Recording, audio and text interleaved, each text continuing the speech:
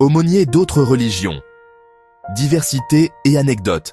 Interconfessionnelles. Les aumôniers n'étaient donc pas tous catholiques ou chrétiens. La diversité religieuse des armées modernes a intégré des juifs, musulmans, bouddhistes et même des représentants d'autres traditions, comme les hindous ou les sikhs, dans des contextes coloniaux ou multiculturels. Cette évolution reflète l'ouverture croissante des forces armées à la pluralité confessionnelle, particulièrement au XXe siècle, où les empires coloniaux et les alliances internationales ont imposé une inclusion pour maintenir le moral des troupes diversifiées. Dès la Première Guerre mondiale, les armées alliées comptaient des aumôniers non chrétiens pour accompagner les unités coloniales ou immigrées, évitant les tensions et favorisant une unité morale essentielle. Par exemple, dans l'armée britannique, des imams servaient les régiments indiens musulmans, tandis que l'armée française intégrait des rabbins pour les juifs d'Algérie et des imams pour les tirailleurs nord-africains.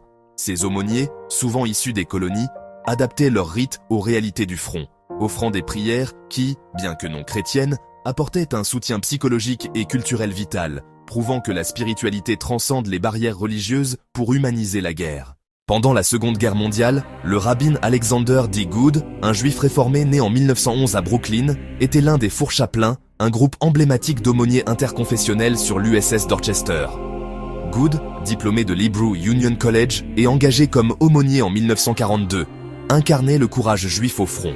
Sur le navire torpillé le 3 février 1943 dans l'Atlantique Nord, il pria le Shema Israël, la prière juive fondamentale affirmant l'unicité de Dieu, avec ses compagnons catholiques et protestants, unifiant les voix juives, catholiques et protestantes dans une prière commune pour les mourants paniqués.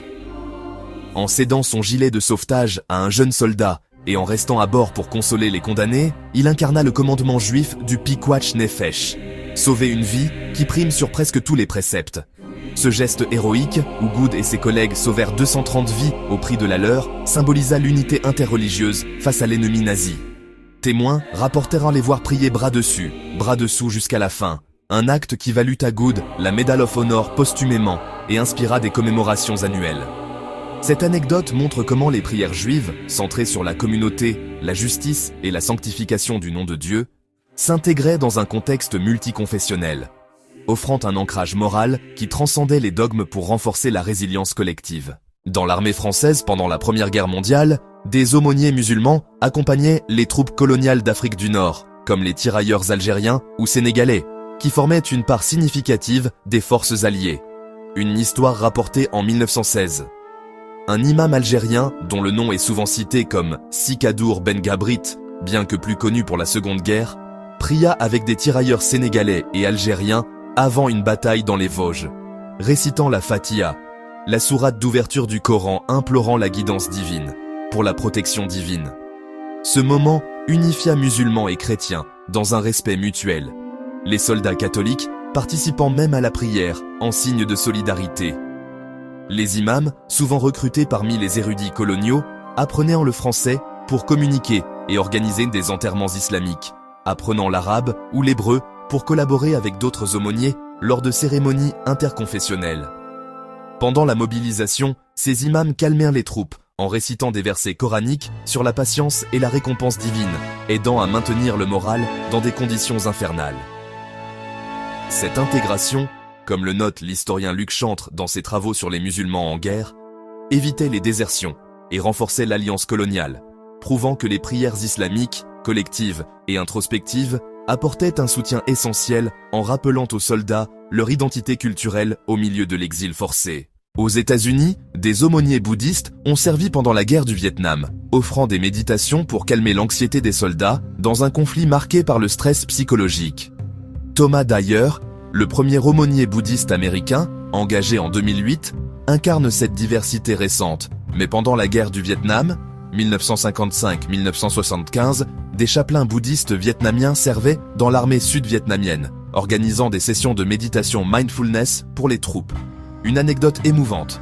En 1968, lors de l'offensive du Tet, un aumônier bouddhiste vietnamien guida des soldats américains et vietnamiens dans une méditation collective sous les bombes, récitant des mantras pour la paix intérieure et la compassion, aidant à réduire la panique. Ces pratiques, centrées sur l'impermanence et la non-violence, offraient un contrepoint aux horreurs de la guerre, influençant même des vétérans comme Gus Hales, qui devint chapelain bouddhiste après le Vietnam pour aider les prisonniers. Des aumôniers hindous ou sikhs, dans les unités britanniques indiennes, pendant la Seconde Guerre mondiale, organisèrent des prières comme le Sat Sri Akal sikh pour le courage, unifiant les troupes multiconfessionnelles. Ces exemples soulignent que les prières non chrétiennes, qu'elles soient collectives, comme les récitations coraniques, ou introspectives, comme les méditations bouddhistes, apportaient un soutien essentiel, prouvant la valeur de la diversité religieuse au front. Elles favorisaient non seulement le moral individuel, mais aussi l'harmonie interconfessionnelle, évitant les fractures dans des armées cosmopolites. Comme le montrent des expositions comme Sacred Service au National WWE Museum, ces aumôniers non chrétiens, souvent confrontés à des préjugés, incarnaient un courage double, spirituel et culturel, transformant la guerre en un terrain d'unité humaine. Leur héritage persiste aujourd'hui dans les armées inclusives, où des chapelains athées ou humanistes offrent des conseils éthiques, rappelant que le soutien spirituel est universel.